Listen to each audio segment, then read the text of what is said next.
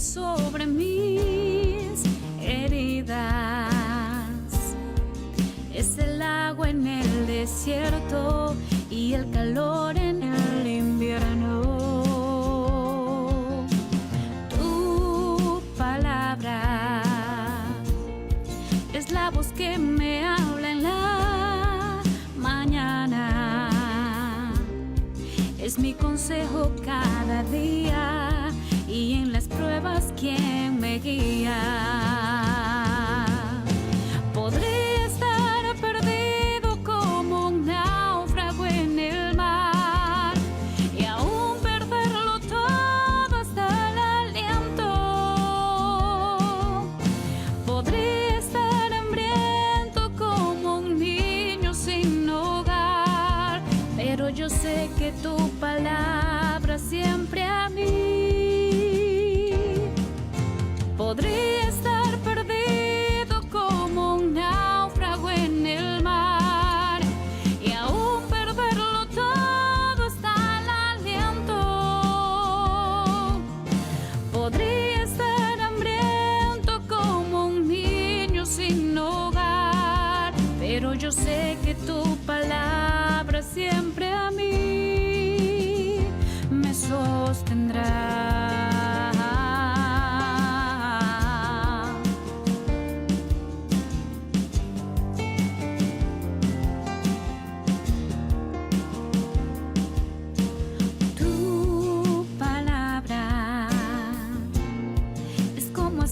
Sobre mis heridas. Es el agua en el desierto y el calor en el invierno.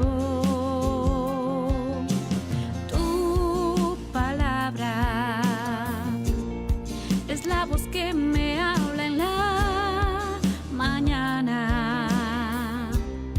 Es mi consejo cada día y en las pruebas quien me guía.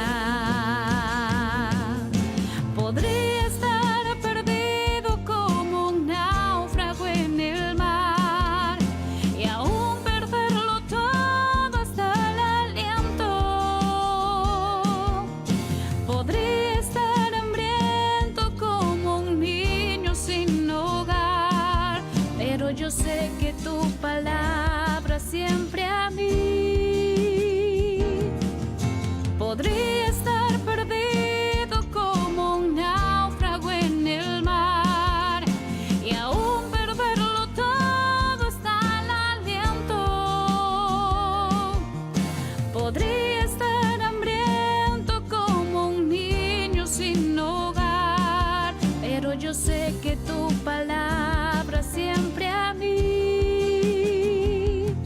Pero yo sé que tu palabra siempre a mí me sostendrá.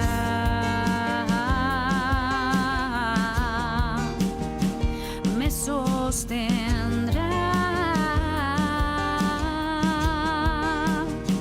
Me sostendrá.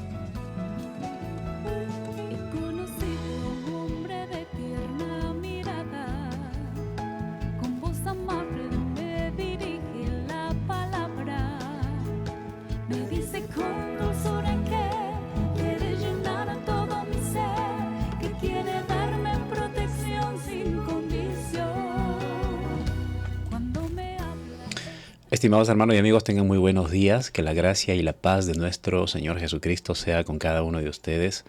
Damos gracias a nuestro Dios por esta nueva mañana que el Señor nos concede para que sigamos siendo edificados cada día por su palabra. Oremos. Bendito eres, Dios Todopoderoso. En esta mañana agradecidos una vez más, Señor, agradecidos por tu infinito amor, por tu infinita misericordia. Gracias por este día. Gracias por esta nueva mañana que nos concedes, Señor, en donde nos exponemos a tu palabra, en donde, Señor, rendimos nuestros corazones cada día a ti, Señor, y cada mañana nos disponemos para honrar y glorificar tu nombre. Que tu nombre sea exaltado, Señor, en nuestras vidas, a través de nuestras vidas, y a donde vayamos, Señor bendito, podamos reflejar tu luz en nuestras vidas. Somos llamados a ser luz, somos llamados a mostrarte, Señor, ante los hombres. A través de nuestras vidas ellos puedan ver que existes, que eres un Dios verdadero, que eres el que reina nuestras vidas, el que gobierna nuestras vidas, y nosotros nos sentimos honrados y privilegiados de saber que tú estás en nosotros. Gracias, Señor. Háblanos por medio de tu palabra en esta mañana. Usa mis labios, Señor. Me dispongo de todo corazón a ti, Dios mío. Sea hecha tu voluntad en nuestras vidas. Te lo rogamos, Señor, en Cristo Jesús, nuestro Dios, nuestro Señor y Salvador. Amén. Me dice que en la cruz por mí su sangre derramó.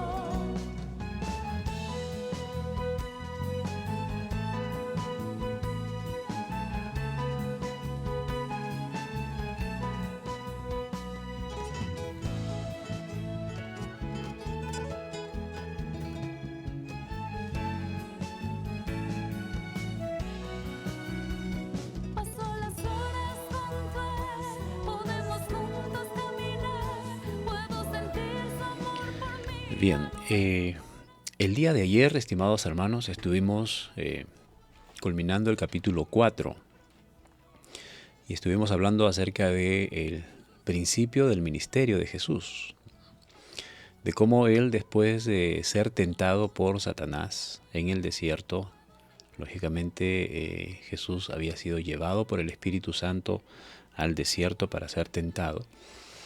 Luego que algo que de repente añadir aquí, Dios puso a prueba a Jesús,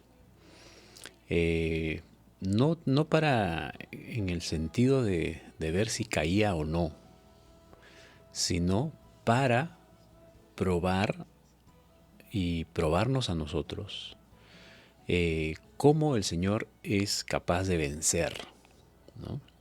Escuché de un ejemplo, por ejemplo, se dice, cuando construyen un puente, ¿no?, de tal magnitud, entonces la prueba consiste en que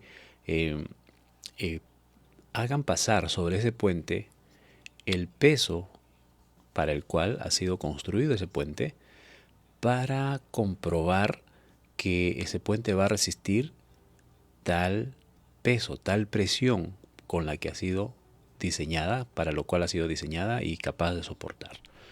Entonces, aquí vemos a Jesús en esta tentación de que Él pues es capaz de vencer a Satanás.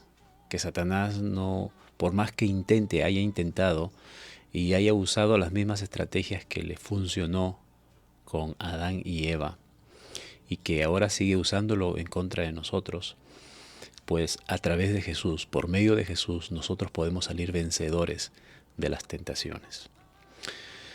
Luego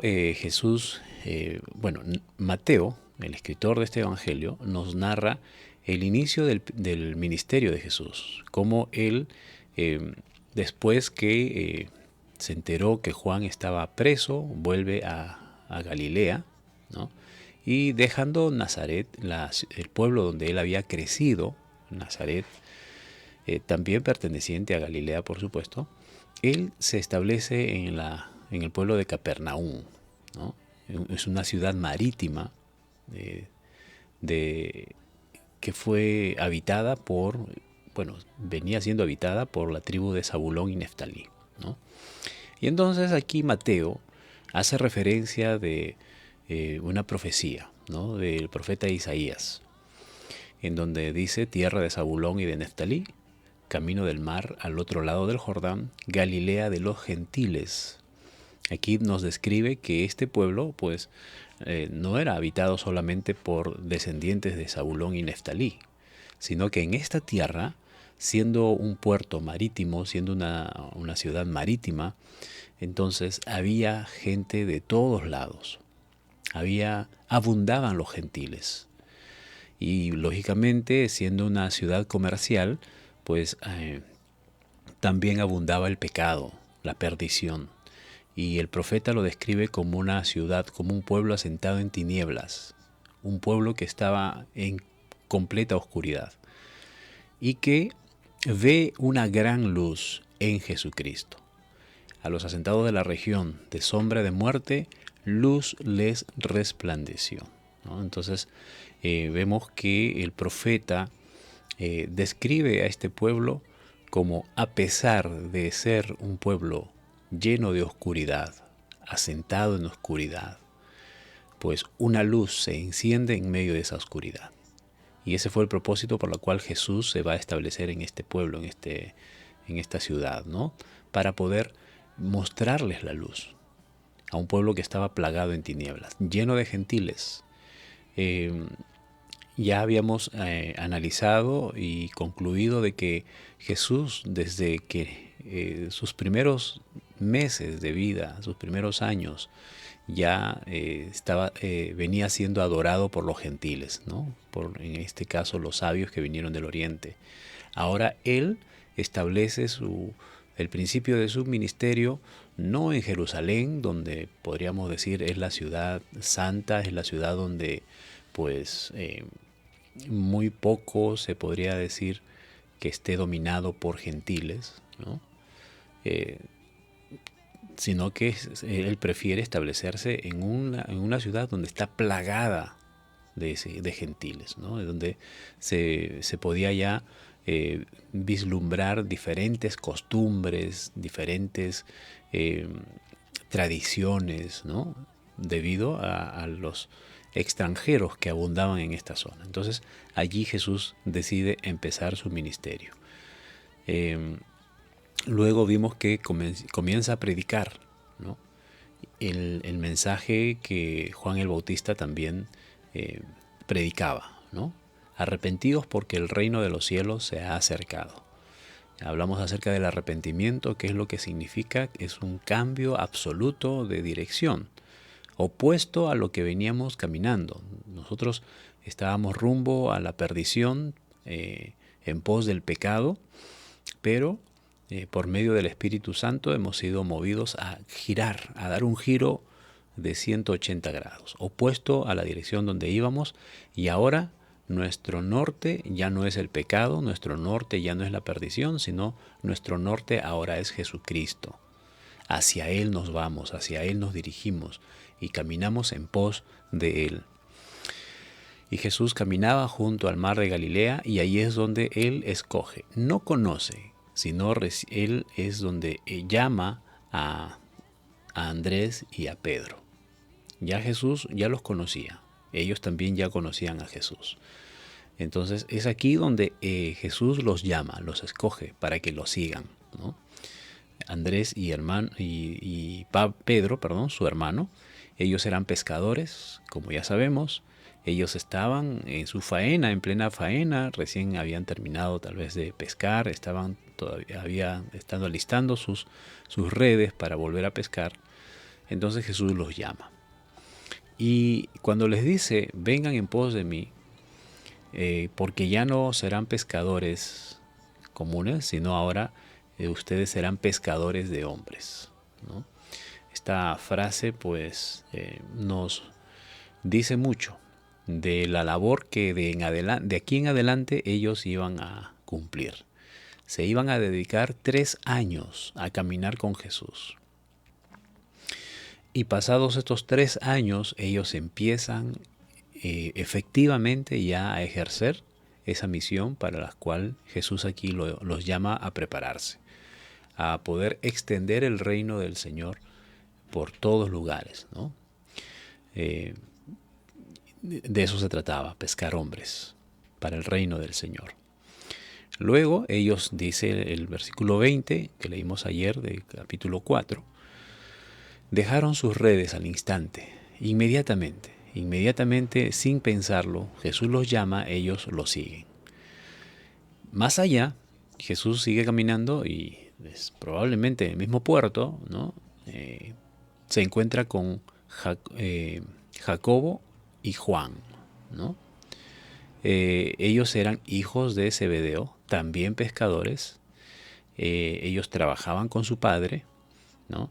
Y estaban remendando sus redes, ¿no? Lo mismo que Pedro y Andrés estaban preparándose para una nueva faena, porque hasta donde nosotros conocemos, por ejemplo, nosotros vivimos en un puerto pesquero, ¿no? Y hasta donde tengo entendido, siempre en una faena de pesca las redes de alguna u otra manera sucumben, se revientan de alguna manera, ¿no? Entonces, cuando llegan a puerto, los pescadores remiendan sus redes, ¿no? Reparan sus redes, las preparan para una nueva faena, ¿no? Por ejemplo, aquí en la zona donde yo vivo hay muchos pescadores, y siempre de vez en cuando los veo que sacan sus redes a las calles, los extienden y empiezan ellos a remendar, ¿no? Entonces es común esta actividad en ellos. Y estando en estos instantes de remendando sus redes, Jesús los llama, al igual que a Pedro y a Andrés. Entonces Juan y Jacobo pues dejan también sus redes, dejan sus barcas y dejan a su padre. Su padre estaba con ellos. O bien ellos trabajaban para su padre, o su padre trabajaba para ellos. Bueno, lo más común es que ellos trabajen para su padre. Entonces, analizamos un poquito en la situación del padre, ¿no? De estos dos discípulos, de Juan y Jacobo, de cómo se sentiría al ver que sus hijos lo abandonan por seguir a Jesús, ¿no? Pero por otro lado también vimos que el padre de estos dos varones no se opone, ¿no? Al contrario, deja que sus hijos se vayan, ¿no? Entonces, esto nos dice algo del padre, ¿verdad? Luego Jesús recorre toda Galilea enseñando en las sinagogas, ¿no? Las sinagogas son lugares donde los judíos se reunían para leer la Torá, ¿no? La ley.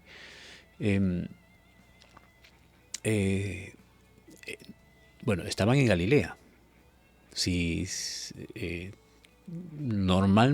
Normalmente tendrían que ir a Jerusalén al templo, pero ya no estaba en estos tiempos. Al parecer ya no funcionaba el templo, no estaba hábil para que puedan ir al templo. Bueno, y además, pues, para no estar trasladándose de un lugar a otro, se habían levantado estos lugares, estos centros de reuniones llamados sinagogas, ¿no? Y pues los romanos mismos, tenemos datos como por ejemplo, hay un centurión romano, que lo vamos a leer en una ocasión, que piden a Jesús que atienda la necesidad de este romano, ¿no?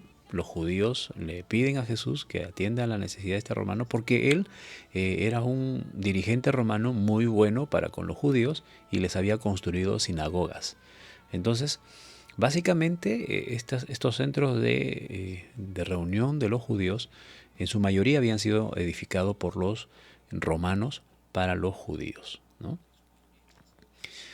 Entonces Jesús ingresaba a estas sinagogas para enseñarles, predicaba el evangelio del reino y también atendía necesidades físicas, ¿no? de enfermedades. Venían muchos enfermos y de alguna manera se habían enterado de que Jesús podía sanarlos y Jesús los sanaba. Su fama se difundía por toda Siria. Trajeron a todos los que tenían dolencias, los afligidos por diversas enfermedades y tormentos, los endemoniados, lunáticos, paralíticos, y los sanó.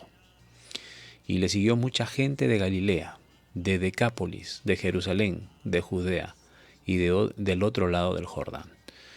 Entonces Jesús, aquí ya estamos viendo que empezó a ser seguido por mucha gente, ¿no? Ya no era el Jesús que se había mantenido con perfil bajo durante sus primeros 30 años.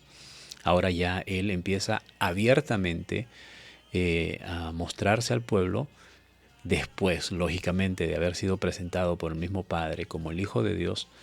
Entonces toda la comunidad, toda la ciudadanía, todos los pueblos se habían pasado la voz.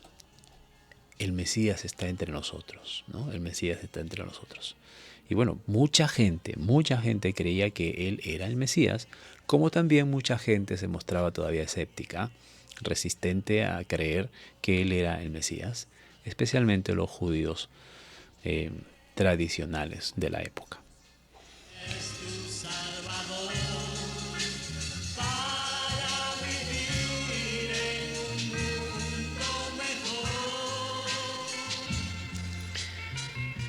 El día de hoy vamos a leer el capítulo 5. Vamos a pasar al capítulo 5 y creo personalmente que a partir de este capítulo 5, vamos a ver en el capítulo 5, 6 y 7, una de las enseñanzas prominentes de Jesús, ¿no? Las más famosas, ¿no? El sermón más famoso de Jesús, el sermón de la montaña, ¿no? Y esto está basado en el libro de Mateo, capítulo 5, y vamos a leer los primeros versículos del 1 al 12. Vamos a leer del 1 al 12, ahí se registró hasta el 11. El sermón del monte, el famoso sermón del monte. Y bueno, aquí en este sermón hay muchas, digamos así, puntos que queremos detenernos a analizar, debido a que pues hay mucha riqueza, mucha enseñanza. Se dice que este sermón, pues, habían grupos que radicalmente querían aplicarlo de forma literal, ¿no? Otro grupo, quienes afirman que este sermón, pues, es imposible aplicarlo 100% de manera literal. Y yo estoy de acuerdo con esta segunda declaración, porque si nos ponemos a analizar quienes tal vez tenemos unos cuantos años ya en el Evangelio,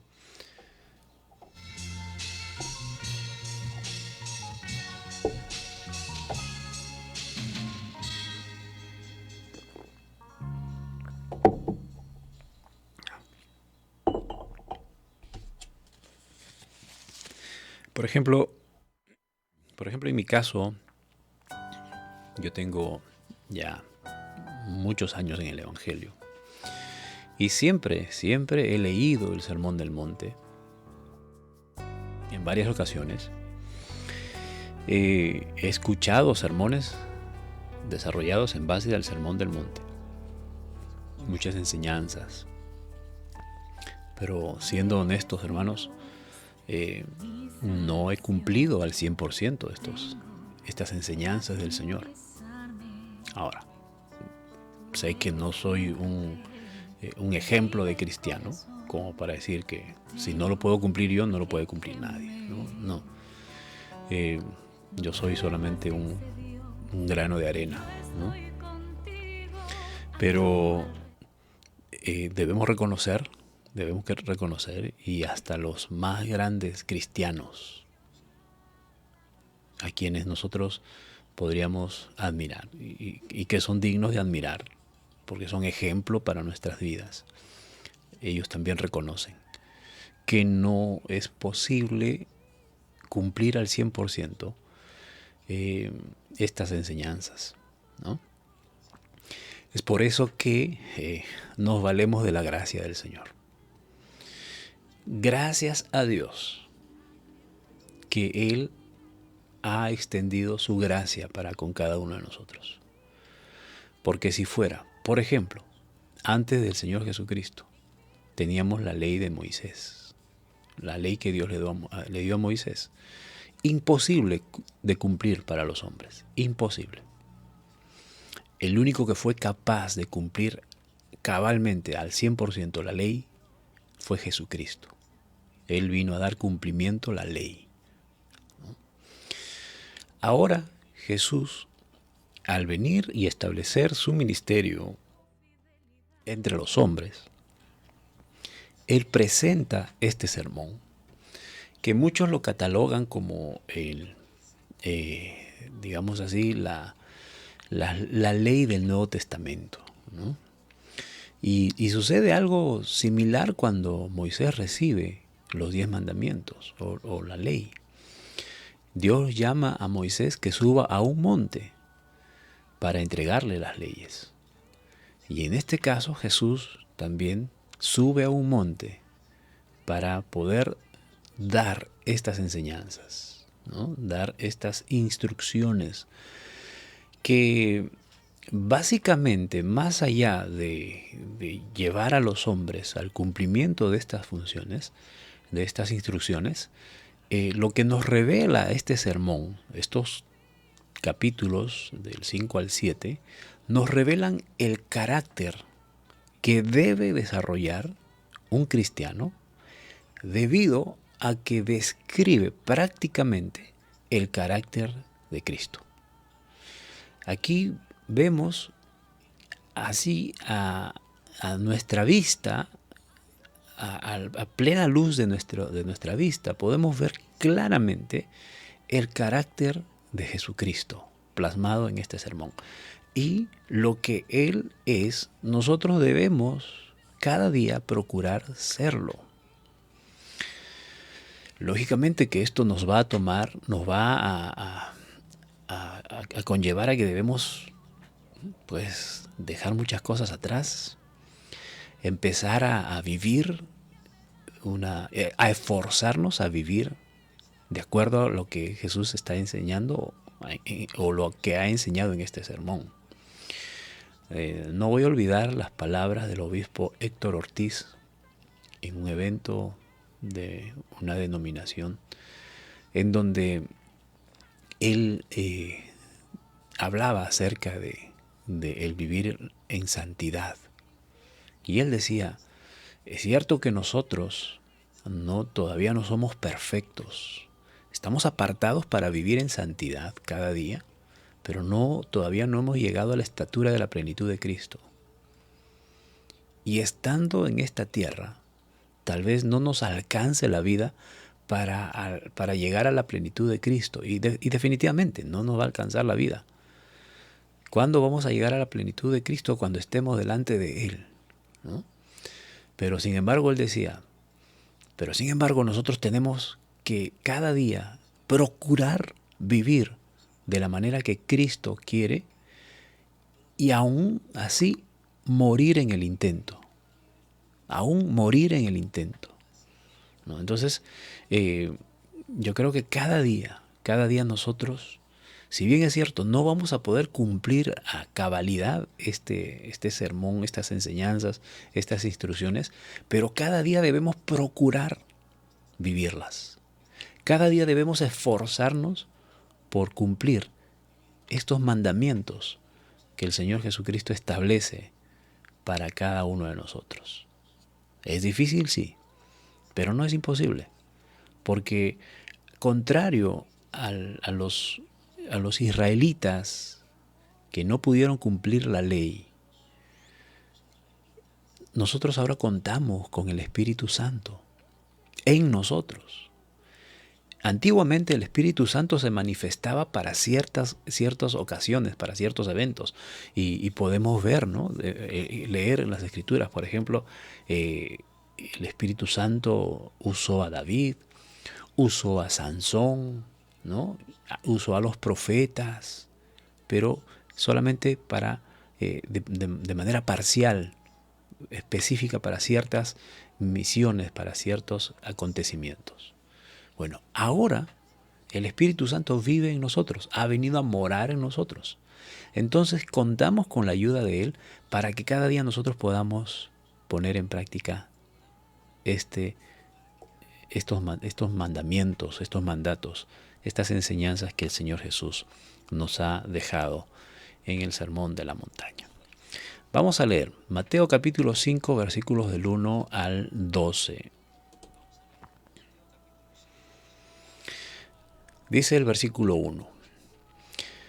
Viendo la multitud, subió al monte, y sentándose vinieron a él los discípulos. Sus discípulos. Y abriendo su boca, les enseñaba diciendo: Bienaventurados los pobres en espíritu, porque de ellos es el reino de los cielos. Bienaventurados los que lloran, porque ellos recibirán consolación. Bienaventurados los mansos, porque ellos recibirán la tierra por heredad. Bienaventurados los que tienen hambre y sed de justicia, porque ellos serán saciados. Bienaventurados los misericordiosos, porque ellos alcanzarán misericordia.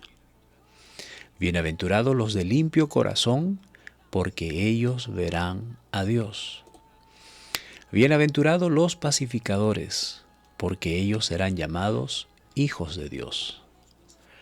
Bienaventurados los que padecen persecución por causa de la justicia, porque de ellos es el reino de los cielos. Bienaventurados sois, cuando por mi causa os vituperen y os persigan, y digan toda clase de mal contra vosotros, mintiendo. Gozaos y alegraos, porque vuestro galardón es grande en los cielos, porque así persiguieron a los profetas que fueron antes de vosotros. No estás, pero te vuelvo y te siento.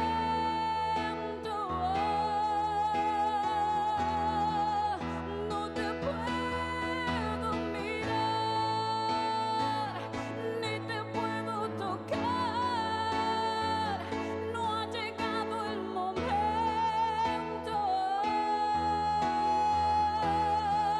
Y a veces que Esta es una primera parte, no es todo el sermón. El sermón, pues, Mateo lo registró en 3 capítulos, capítulos 5, 6 y 7. Y el día de hoy vamos a escudriñar o vamos a estudiar estos 12 versículos llamados las bienaventuranzas, este segmento llamado las bienaventuranzas. Bien. Entonces, en el versículo 1 leímos, cuando viendo él la multitud, ¿no?, subió al monte y sentándose vinieron a él sus discípulos. Decíamos, aquí vemos una similitud. Esto nos hace recordar definitivamente al desierto en Sinaí, el monte de Sinaí. Ahí donde Dios llama a Moisés y le dice: sube al monte y aquí yo te mostraré todo lo que tienes que decirle al pueblo, ¿no? Y ahí es donde Moisés recibe los mandamientos, ¿no? En primera instancia recibe 10 mandamientos escritas en una tabla de piedra. Entonces aquí Jesús de igual manera sube al monte, ¿no? Al monte. Es muy probable que sea el monte de los olivos. No tenemos aquí la información, pero el monte de los olivos era un lugar, digamos, preferido para Jesús. No era un lugar especial. En este monte está el huerto Getsemaní, ¿no?, en donde Jesús pasó sus últimas horas de oración intensa antes de su padecimiento, ¿no? Entonces, él ve a la multitud, sube al monte y sentándose. En los tiempos de Jesús era común que un maestro enseñe sentado, ¿no? Esa era la postura correcta de un maestro. Bueno, en estos tiempos, los que trabajamos en la docencia, en mi caso yo trabajo en la docencia, este año y medio, más de año y medio que venimos trabajando a causa de la pandemia, hemos trabajado sentados frente a una computadora, ¿no? Gracias a Dios que nos permitió tener este trabajo ¿no? Durante este tiempo el Señor nos ha provisto de esta manera, y en la cual yo creo que, bueno, eh, yo estoy trabajando en un colegio cristiano y la mayoría de profesores somos cristianos. Y bueno, todos los que trabajamos, y no solamente nosotros del colegio donde trabajamos, sino en diferentes centros educativos, hemos tenido esta gracia de parte del Señor de habernos concedido este trabajo, en las cuales nos hemos podido sustentar durante todo este tiempo de pandemia, ¿no? Entonces, esta es la postura correcta de un maestro. Y hacía mención esto porque normalmente en clases presenciales, en el aula, los maestros casi no nos sentamos. Siempre estamos de pie. Los que están sentados son los estudiantes en sus carpetas y nosotros estamos delante de ellos, moviéndonos de un lado a otro, ¿no? Entonces, pero en el tiempo de Jesús, los maestros, su costumbre era enseñar sentados, ¿no? Y bueno, Jesucristo no era la excepción. Él se sienta como todo un gran maestro que era. Él era el maestro y es el maestro por excelencia, Jesucristo. Entonces, vienen a él sus discípulos. Miren, ve a la multitud. Aquí vemos en primer lugar a la multitud. Siempre vamos a observar alrededor de Jesús una multitud. Pero a quienes está dirigido este sermón o esta enseñanza, básicamente es a sus discípulos. Jesús empieza a preparar aquí a 12 personas. Bueno, principalmente no eran 12. Inicialmente, perdón, no eran 12. Eran muchos discípulos. Tenemos la multitud, tenemos los seguidores de Jesús, los discípulos, y luego vamos a ver que Jesús llama a 12 para prepararlos para el apostolado, ¿no? Entonces, sus discípulos vienen a Jesús a escuchar y él empieza a enseñar. En una ocasión el pastor Rubén Ruiz, quienes estuvieron con nosotros en las últimas 3 semanas del proyecto anterior de la Biblia en un año, él nos acompañó durante este tiempo.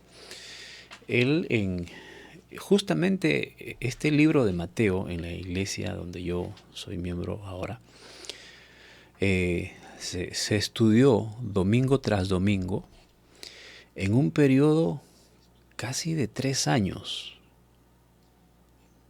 Bueno, más de 2 años, ¿no? Porque yo llego a la iglesia Alianza en mayo del 2019, ¿no? Y ya justo cuando yo llego, justo estaban hablando del Sermón de la Montaña. Y estaban empezando este capítulo 5, cuando llegamos a congregar aquí. Y le escuché al pastor Rubén decir, Jesús, si bien es cierto, Él es Dios, ¿no es cierto? Y Él podría haber usado su poder como Dios para poder hablarle a la multitud de manera milagrosa, de tal modo que todos lo escuchen. Porque llama la atención, hermanos. Miren, una multitud, las multitudes que seguían a Jesús no eran de cientos, eran de miles. Por lo menos no bajaban de los 4.000, 3.000 personas. Y eso lo vamos a ver más adelante cuando Jesús da de comer en una ocasión a 5.000 y en una segunda ocasión a 4.000 personas. Y el escritor, justamente Mateo, detalla, sin contar mujeres y niños, ¿no? Entonces, aproximadamente calculamos que podrían haber seguido a Jesús aproximadamente entre 10.000 personas, un promedio de 10.000 personas, ¿no? Entonces, Por ejemplo, hoy en día, para poder hacernos escuchar a un público así, se requiere de potentes equipos de sonido, ¿no? Hoy en día la tecnología pues ha crecido tanto, en donde pues se requiere de esta tecnología para poder dirigirnos a mucha gente, ¿no? Eh, por un lado, podría decir, doy gracias a Dios por la pandemia, por un lado, ¿no? Bueno, nosotros tenemos mucho que agradecer a Dios por la pandemia. Hay muchos aspectos en los cuales tenemos que agradecer a Dios por la pandemia, ¿verdad? Lógicamente esto sin ninguna ironía, por supuesto, y respetando el dolor de muchas personas, muchas familias que han perdido seres queridos en esta pandemia, ¿no? Sino que digo esto, ¿por qué? Porque gracias a la pandemia, esta campaña política que hemos vivido hace unos meses, esta campaña presidencial, ha sido de alguna manera silenciosa, ¿no? No ha habido esos grandes mítines, aunque han habido algunos, ¿no? Pero en donde ya pues cada cuadra, por lo menos, por ejemplo, los cierres de campaña, hermanos, eran pero atroces. En cada cuadra se viene ya la campaña municipal, ¿no? Y al parecer ya se van a hacer estos eventos públicos, ¿no? En donde, hermanos, en cada cuadra se levantaban unos equipos de sonido, hermanos. Ya, un partido cerraba aquí, en la otra esquina otro partido estaba cerrando su campaña y en otra esquina otro partido. Hermanos, bulla por todos lados, ¿no es cierto? Entonces, ¿cómo hizo Jesús? Él no usó su poder sobrenatural para dirigirse a la gente. Lo que sí él ejerció, el conocimiento que él tenía de su propia creación. ¿En qué sentido? Él aprovechaba el viento. Estratégicamente él subía a esa montaña, a la montaña, para hablar a la gente. En otras ocasiones, cuando estaba a la orilla del lago o del mar de Galilea, él se subía a una barca. Ahora, por ejemplo, nosotros que, en nuestro caso, nosotros que vivimos en un puerto, siempre, todo Chimbotando conoce el malecón Grau, ¿verdad? Entonces, allí, pues, como se han hecho una costanera, no se ha enrocado, ¿no? La costa, entonces, digamos así, que la parte de tierra está un poquito más alta que el mar, ¿no? El mar está abajo, uno puede estar arriba y ve el mar abajo. Y si una embarcación está allí, entonces está en parte baja. Entonces yo decía, yo siempre me preguntaba, ¿pero por qué Jesús se subía a una barca para hablar a la multitud cuando está más bajo? Bueno, la estrategia de Jesús era aprovechar el viento que viene del mar hacia la costa. Entonces, él aprovechaba la acústica que producía el viento, ¿no? Y entonces así hablaba la multitud. Y además también contribuye que en esos tiempos no existía el bullicio que existe hoy en día, ¿no? Hoy en día el bullicio es bastante elevado, ya sobrepasa los decibeles promedios que una persona debe soportar, ¿no? Entonces hay mucho bullicio hoy en día. En esos tiempos no existía el bullicio que existe hoy. Entonces, si alguien se ponía a hablar, y Jesús hablaba lógicamente en voz alta, no nos comamos el cuento de las películas que vemos, ¿no? En donde Jesús se para y de manera poética empieza a hablar, bienaventurados los pobres. No, Jesús alzaba la voz, tenía una voz potente Jesús, ¿no? Como los predicadores de las calles. Es admirable tengo un respeto especial por los predicadores de las calles, que no usan bocina, ellos hacían voz en cuello, todavía hay. Y un paréntesis, hermanos, hace poco me comuniqué con el hijo de un hermano, el hermano Siles Alcedo. a quien tuve la oportunidad de conversar con su hijo. Este hermano, Siles Salcedo, ya está anciano. Su hijo me dice que ya tiene 90 años. Ya dejó, miren, y él ha dejado recién hace poco, porque yo lo he visto hace poco. Antes de la pandemia, yo lo vi todavía predicar en una esquina. Él siempre se paraba en una esquina. Sí, usaba sus bocinas, ¿no? Pero aún así, él levantaba la voz, a voz en cuello. Con su guitarra cantaba y predicaba en las calles. Y bueno, estoy coordinando con su hijo para poder de alguna manera hacerle un reconocimiento al hermano, ¿no?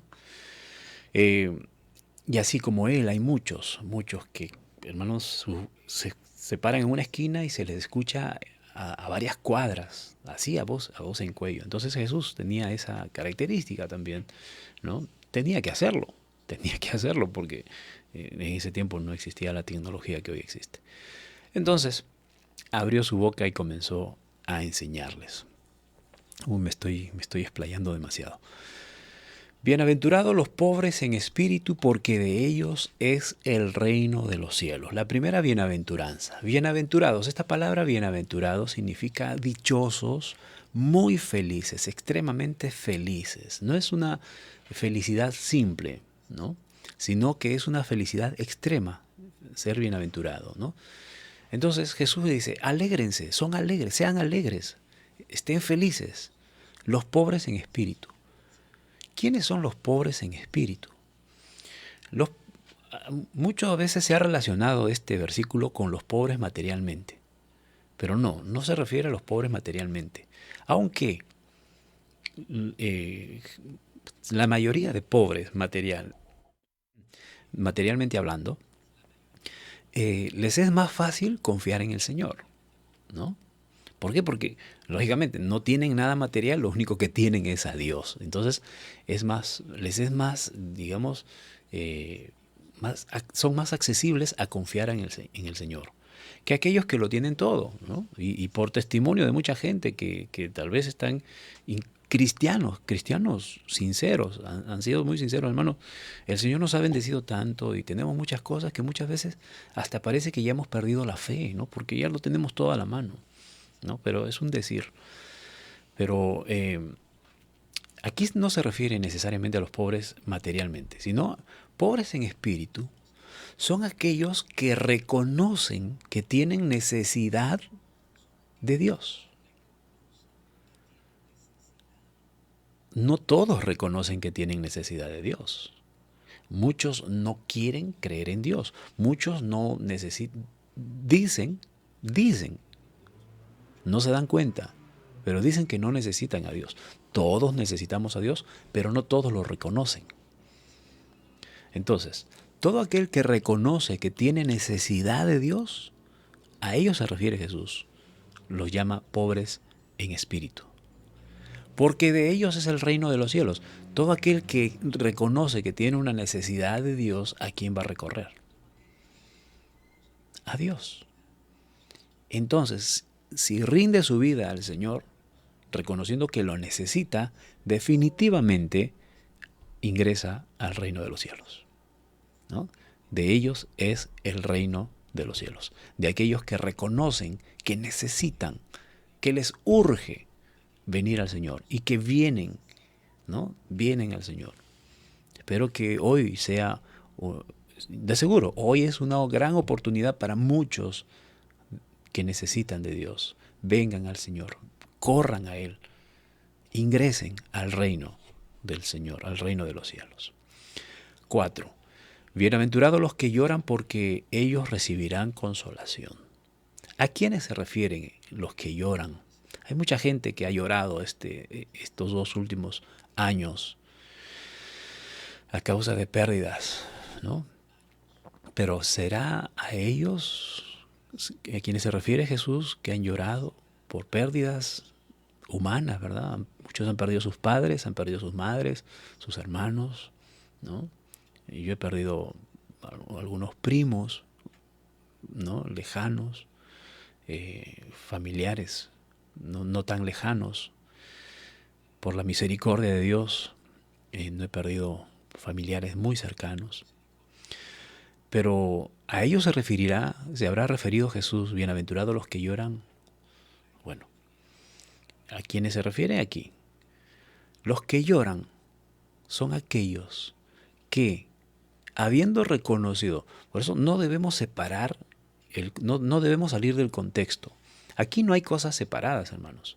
Una cosa tiene que ver con la otra. Por ejemplo, en el versículo 3, Jesús habla de los que tienen necesidad de Dios. Aquellos que tienen necesidad de Dios, de ellos es el reino de los cielos, pero tienen que hacer algo. Tienen que hacer lo que dice el versículo 4. Tienen que llorar.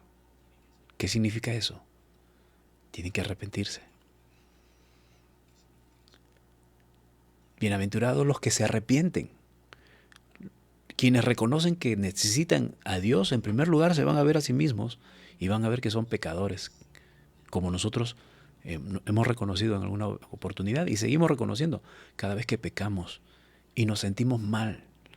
Y no es ese compungimiento, no es ese remordimiento simplemente, sino que es un sentimiento de que tú reconoces que necesitas a Dios, pero tu pecado no te permite acercarte a Él y reconoces cuán pecador eres y te arrepientes de tus pecados.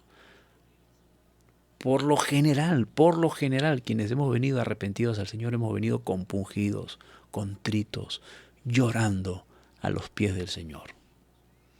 Aquellos que lloran son aquellos que se arrepienten, son bienaventurados, son felices. ¿Por qué? Porque al arrepentirse, entonces, la consolación que van a recibir, ¿cuál es? La salvación eterna. Bienaventurados los que lloran, los que se arrepienten, los que reconocen de Dios, los que vienen humillados ante el Señor, quebrantados ante el Señor. Ellos recibirán consolación, ellos recibirán la salvación. Esa es la mayor consolación que todos nosotros podemos recibir. Es cierto que si perdemos un familiar, muchas veces nosotros buscamos palabras con qué consolar, ¿verdad? Pero nada, absolutamente nada, hermanos, va a consolar a ese corazón que ha perdido un ser querido. Del mismo modo, aquel que llora delante del Señor, arrepentido de sus pecados, la mayor y mejor consolación que va a recibir es, mira, ahora eres salvo. No es que, mira, ahora vas a vivir una vida mejor. No, esa es una falsa doctrina que se ha escuchado. Ven a los pies del Señor y todos tus problemas se van a solucionar. Mentira. Ven al Señor y Él te va a sanar. Sí, Dios puede sanarte, pero y si no quiere sanarte, no te va a sanar. Entonces, si te ofrecen consolarte con eso, te están engañando. La mayor consolación que va a recibir un hombre que llora delante del Señor es la salvación. Seas pobre o rico, estés sano o enfermo, en cualquier condición, pero si te has arrepentido de todo corazón, la mayor consolación que vas a recibir es la salvación. 5. Bienaventurados los mansos, porque ellos recibirán la tierra por heredad. ¿Quiénes son los mansos? Son los humildes, son personas que son capaces de someterse a la voluntad del Señor. Y precisamente esto es resultado de un arrepentimiento. Hay mucha gente que viene supuestamente a los pies del Señor y no quieren someterse a nada, hermanos. Conocemos a mucha gente así. Ni siquiera quiere someterse al pastor. ¿Cómo creen que se va a someter a Dios? No se someten a una congregación. No congregan, no participan, no hacen nada. Esta gente no es humilde. Por más que aparente ser humilde, pero la humildad no se mide en eso. La humildad se mide en cuanto nos sometemos al Señor. ¿Y cómo nos sometemos al Señor? Sometiéndonos a las autoridades que Dios ha puesto en la tierra. Como por ejemplo, tenemos nuestro pastor, tenemos la iglesia, a quien nosotros debemos servir. Y el congregar nos permite servir a nuestro prójimo. Y si no congregamos, entonces, ¿cómo vamos a servir a la iglesia? Y por ende, si no servimos a la iglesia, ¿cómo podemos decir servimos a Dios? Entonces, no nos estamos sometiendo. No somos capaces de someternos. Bueno, fácil es concluir que o todavía no sabes que tienes que hacer esto, eres un inmaduro, pero si ya tienes años en el camino del Señor y sigues en esta condición, pues lo más probable es que seas cizaña. Es mejor ser inmaduro que ser cizaña, y ojalá Dios nos libre de ser cizaña. 6. Bienaventurados los que tienen hambre y sed de justicia, porque ellos serán saciados. ¿Quiénes son aquellos que tienen hambre y sed de justicia? Son aquellos que desean, anhelan ardientemente hacer la voluntad del Padre. Es lo único justo que existe en la tierra, porque después no hay nada justo en la tierra. Lo único justo que existe es hacer la voluntad del Padre. Y eso nos va a conllevar a ser honestos, nos va a llevar a ser sinceros, ¿no?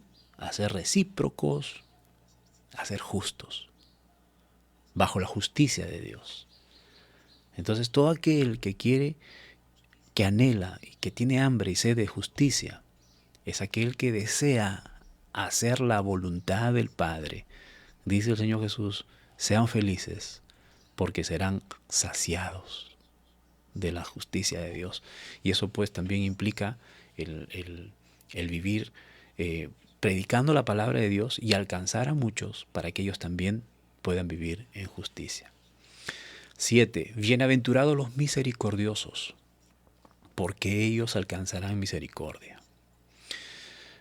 Esto no es una condición, hermanos, porque parecería que está condicionado a que yo voy a recibir misericordia si es que soy misericordioso. Bueno, vayamos al principio divino.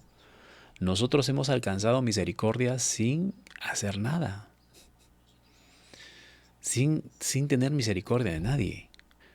Nosotros hemos recibido por principio, en primer lugar, o sea, nosotros hemos sido lo primero que hemos recibido es la misericordia de Dios. Por lo tanto, así como hemos recibido la misericordia de Dios, también nosotros debemos actuar. Así como Dios ha sido misericordioso con nosotros, nosotros debemos serlo con los demás. Ser compasivos, ponernos en el lugar de otras personas, ¿no? Ver la necesidad de alguien y nosotros no ser indiferentes, ¿no? Este año y medio, más de año y medio que estamos viviendo de pandemia, como decía ayer el pastor Rubén en una escuela de padres que participamos, ha sido la única oportunidad, quizás no se vuelva a presentar una oportunidad similar, decía el pastor, a menos que venga otra pandemia, Dios no lo quiera, no, pero hemos tenido la oportunidad de poder compartir con el necesitado. ¿Cuánta gente se ha quedado sin trabajo a causa de la pandemia? ¿Cuántos se han visto pues en el aire? Por ejemplo, los que trabajaban y ganaban del día al día. Los negocios se cerraron, las calles vacías, ¿no? ¿Y ellos cómo la pasaron, hermanos? Hemos aprovechado ese tiempo para ser misericordiosos, para ser compasivos, para compartir un pan con el necesitado. Si no lo has hecho, has perdido la gran oportunidad de tu vida. Pero no es tarde para ser misericordiosos, para ser compasivos. Y hagámoslos porque nosotros hemos recibido misericordia de parte de Dios. Bienaventurados los de limpio corazón, versículo 8, porque ellos verán a Dios.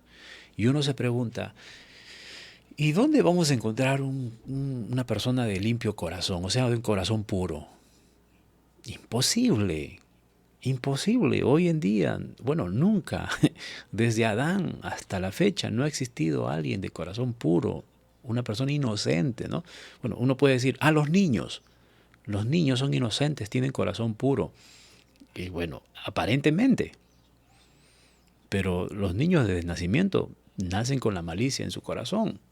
Y siempre pongo este ejemplo a los estudiantes cuando hemos estudiado esta parte. Por ejemplo, ustedes, pregúntenle a su mamá, ¿quién de ustedes no le ha mordido el pezón a su madre cuando han estado, cuando mamá les ha estado dando de lactar? Todos, absolutamente todos, desde los niños, hermanos, hay malicia en el corazón. Entonces, ¿habrá alguien de corazón puro? ¿Existirá alguien de corazón puro? Humanamente no. Pero ¿a quiénes se refiere Jesús aquí? Aquellos corazones que han sido lavados y limpiados por la sangre de Cristo. Aquellos que hemos sido justificados por la fe. Por medio de la fe, perdón. Ya vamos a hablar acerca de esto. Aquellos que hemos sido justificados por medio de la fe. ¿No? Somos limpiados, nuestros corazones son limpiados cuando hemos venido a los pies del Señor. Entonces, si nosotros hemos sido limpiados, hemos sido salvos por la gracia del Señor, entonces veremos a Dios. Aquellos corazones limpios. 9. Bienaventurados los pacificadores, porque ellos serán llamados hijos de Dios. ¿Quiénes son los pacificadores? Bueno, se dice, ¿no? Se está luchando mucho por la paz mundial, la tan llamada paz mundial. Bueno, en esta tierra, en este periodo de tiempo, la única vez que se va a alcanzar la paz mundial es cuando gobierne el anticristo. Ya hablaremos al respecto más detalladamente, ¿no? Pero será una paz momentánea, ¿no? Digo, en este sistema humano. Luego, cuando Jesús venga y establezca su reino, ¿no? Ya habrá la verdadera paz de manera global. Pero hoy en día, quienes vivimos en paz somos aquellos que vivimos en Cristo. Jesucristo dijo, mi paz os doy, mi paz os dejo. No como el mundo la da, sino como mi Padre la sabe dar, ¿no? Entonces, ¿cómo podemos nosotros establecer la paz? ¿Cómo nosotros podemos ser pacificadores? Bueno, compartiendo la paz que tenemos nosotros. En medio de esta pandemia, ha sido una experiencia para nosotros vivir en paz en medio de esta pandemia. Quienes nos hemos sometido al Señor, quienes hemos puesto nuestra confianza en el Señor, a pesar de todo lo que ha pasado a nuestro alrededor, hemos vivido en paz gracias al Señor. Y pacificadores son aquellos que evitan conflictos entre dos personas, por un lado, ¿no? Si tú ves a tu hermano y a otro y a tu prójimo están a punto de pelear, ponte al medio, gánate la bronca tú, pero que no se peleen ellos, ¿no? Que donde hay conflictos tú puedas aportar para solucionar la situación, para conciliar. Pero también cuando nosotros compartimos el Evangelio, compartimos la paz de Cristo en los corazones. Dos personas que están en conflicto. Podemos nosotros ser mediadores para evitar que ellos entren en conflicto.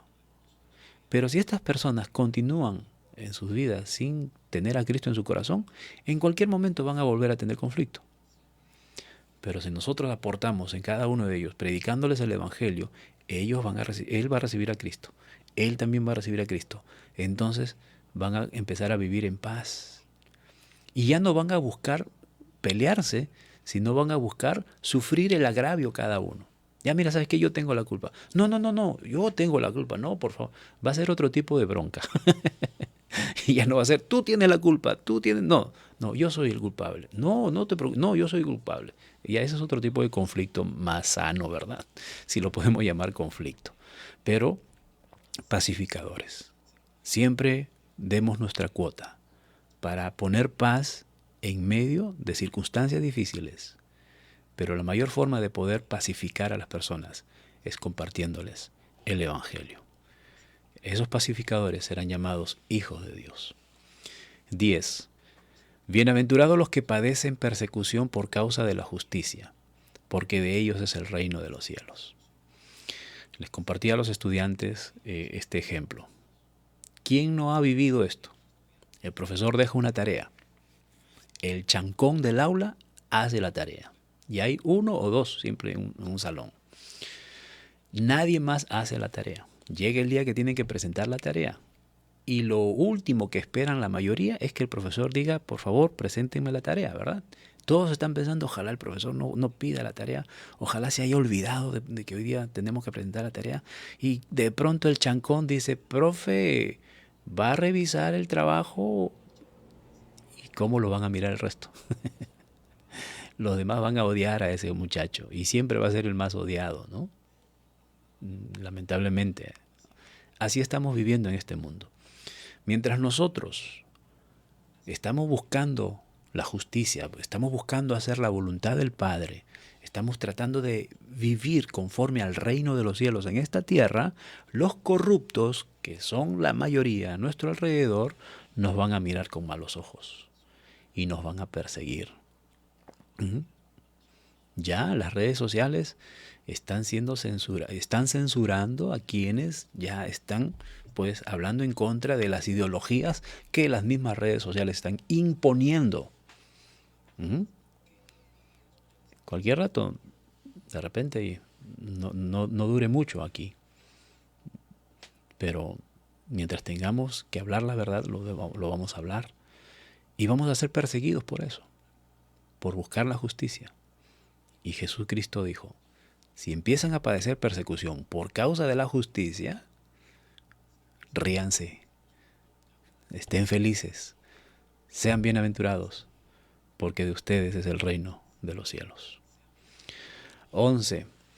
Bienaventurados sois cuando por mi causa os vituperen. Y esto va un plus, ¿verdad? Va más allá. No solamente por causa de la justicia, ahora por causa de que predican mi nombre, porque se identifican conmigo y los persigan y digan toda clase de mal contra ustedes, mintiendo, los van a difamar, van a sufrir mucho. Tenemos que prepararnos, tenemos que estar preparados ya, hermanos, para esto. Esto ya se viene así, a galope, ¿no? La persecución contra los cristianos. Pero dice el Señor, gócense, alégrense, porque vuestro galardón es grande en los cielos. Nuestra mirada debe estar puesta en la tierra. En los cielos, no en la tierra. Porque así persiguieron a los profetas que fueron antes de vosotros. Antes de ustedes, del mismo modo, a los profetas persiguieron. Y ustedes no deben ser la excepción. Dios los bendecirá a ustedes cuando por causa mía la gente los maltrate y diga mentiras contra ustedes. Alégrense, pónganse contentos porque van a recibir un gran premio en los cielos. Porque así maltrataron también a los profetas que vivieron antes de ustedes. Y esto ya se ha empezado a vivir, por ejemplo, en algunas familias. Siempre el cristiano de la casa es el, de repente, más fastidiado por su familia, ¿no? Es el más señalado. Bueno, si esa es tu condición, alégrate, hermano. Alégrate. No te sientas mal. Al contrario, dale gracias a Dios que estás pasando por circunstancias como esta. Y oremos para que también la familia conozca al Señor, ¿verdad? Oremos para que todos conozcan al Señor. Es el deseo del Señor. Aunque sabemos que no todos se van a someter a Él, pero nuestra tarea es orar por cada uno de ellos. Amén.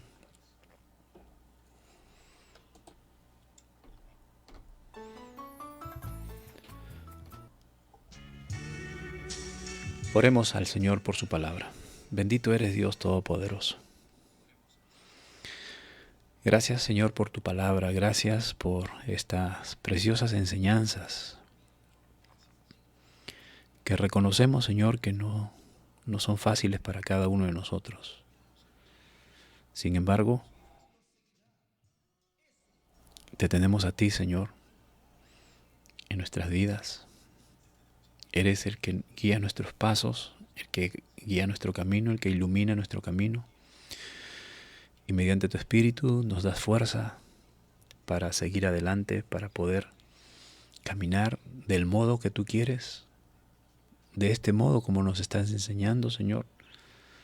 Ayúdanos, Dios mío, a ser capaces de poder vivir tu palabra, de no ser solamente oidores, no ser solamente llenarnos de información, sino poder vivir, poder hacer tu voluntad cada día,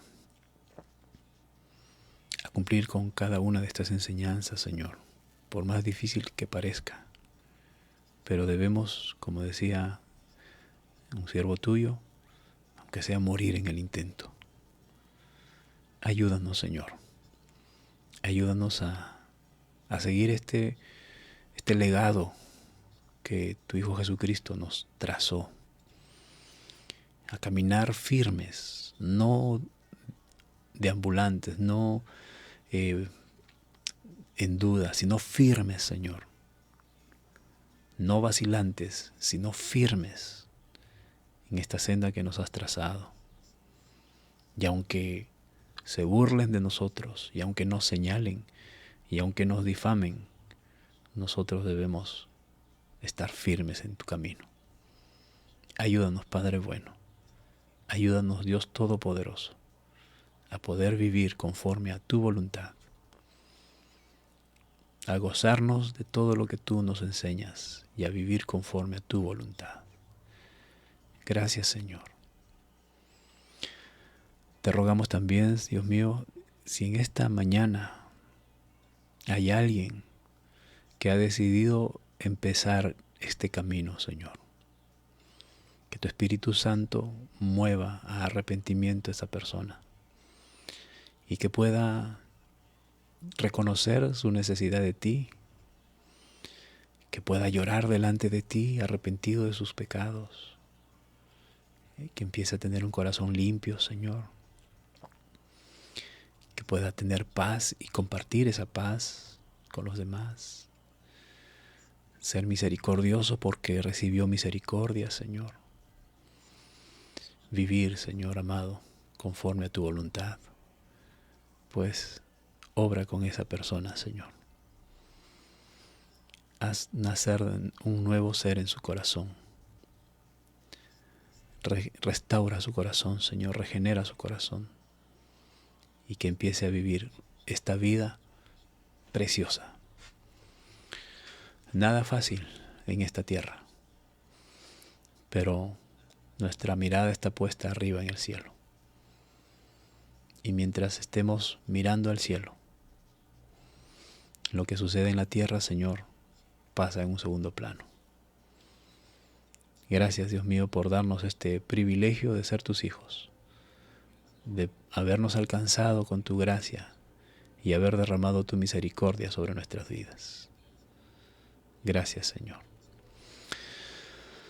Te rogamos también por nuestros hermanos que están pasando necesidad, Señor, de cualquier índole, sea necesidad material, física, espiritual. Señor, obra en sus corazones. Si están siendo afligidos por un tiempo de prueba, dales la fortaleza. Dale, Señor, la esperanza de que saliendo de estas pruebas, Señor, van a estar más firmes, van a estar más fortalecidos en ti. Ayúdalos, Padre bueno. Así como has levantado a muchos por quienes te hemos pedido durante estos últimos meses y nuestros ojos han visto que has levantado a muchos de tus hijos. Señor, esperamos también que hagas tu voluntad en la vida de muchos quienes están pasando procesos difíciles. Amado Dios, sea hecha tu voluntad en nuestras vidas. Te rogamos por nuestras autoridades, desde nuestro presidente hasta nuestros gobernadores locales. Señor, obra en sus corazones, que tu Espíritu Santo ilumine sus vidas y ellos puedan mirar al cielo, puedan mirarte a ti, Señor, y puedan reconocer que eres el único Dios verdadero y que ellos necesitan de ti para poder ejercer un buen gobierno, para poder ejercer una buena administración en el lugar donde tú los has puesto. Ellos sepan reconocer que la única manera de hacerlo es sometiéndose a tu voluntad. Y oramos y rogamos por ellos, Señor. Por nuestras autoridades eclesiásticas, por nuestros pastores, por los líderes que tú has puesto delante de tu pueblo, Señor, que enseñen tu palabra y que tú puedas guiar y darles sabiduría cada día, Señor. Y gracias, Señor. Gracias por todo lo que has permitido. Te ruego por mis hermanos que nos acompañan día a día, por quienes se han añadido y seguirán añadiéndose, Señor, a esta transmisión. Señor, sea tu misericordia sobre sus vidas cada día. Y todo lo que hagamos y todo lo que hacemos es para gloria y honra tuya, solamente a ti, Señor. Bendito eres, Dios Todopoderoso. Amén. Amén.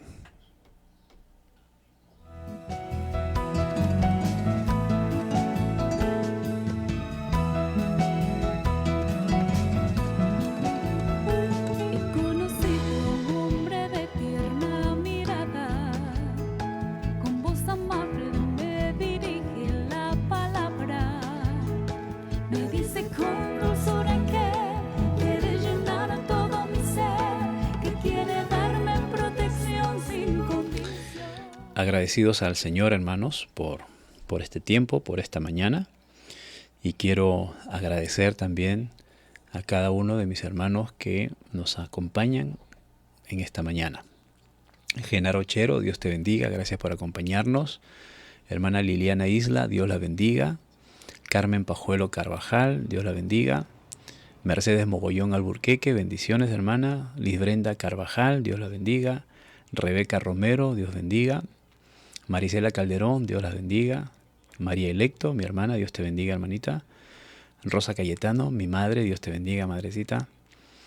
María Águila Alarcón, Dios la bendiga. Stephanie Ramos, Dios bendiga, gracias por acompañarnos. Elena Yupanqui, bendiciones. Elvis Vera Plasencia, Dios bendiga. Patricia Santillán Cisneros, Dios bendiga, gracias por acompañarnos en esta preciosa mañana. También por aquí, déjenme revisar.